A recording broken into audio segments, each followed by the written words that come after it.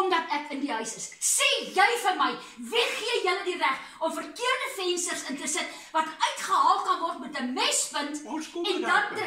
Kom jy nog daarby? Ag Here, ek is so bly dat ek kom nog daarby. Hanse, hoekom het jy in jou alarm gestel? Ek het klaar geantwoord. Nou, ek sê vir jou, jy skiet jouself in as jy Aransie dit weer, kry jy nie 'n sent nie. Kry. My aarde. As jy Aransie sou As Aransie dit weet, gaan hulle versandheid nooit weer iets gee nie. Hanse, as jy My naam is jou Ansfie. alarm was nie gestel. My naam is Ansfie. Ansfie, as jy alarm nie gestel was en die assuransie weer betaal jou nie 'n sent nie.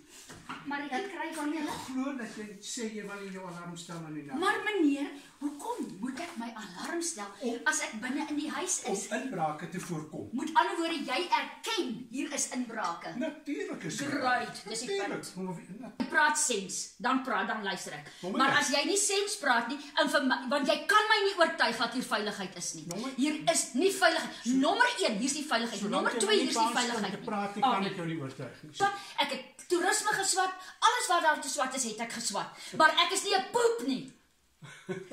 Dis waaroor dit gaan. As 'n ou in my huis inbreek, het ek die reg om vir jou wat die verantwoordelike persoon is te sê, wat gaan hier aan? Nee, hoor die Ansfie en haar man is Vrydagnag vermoor in die luukse woonplek Sandtuin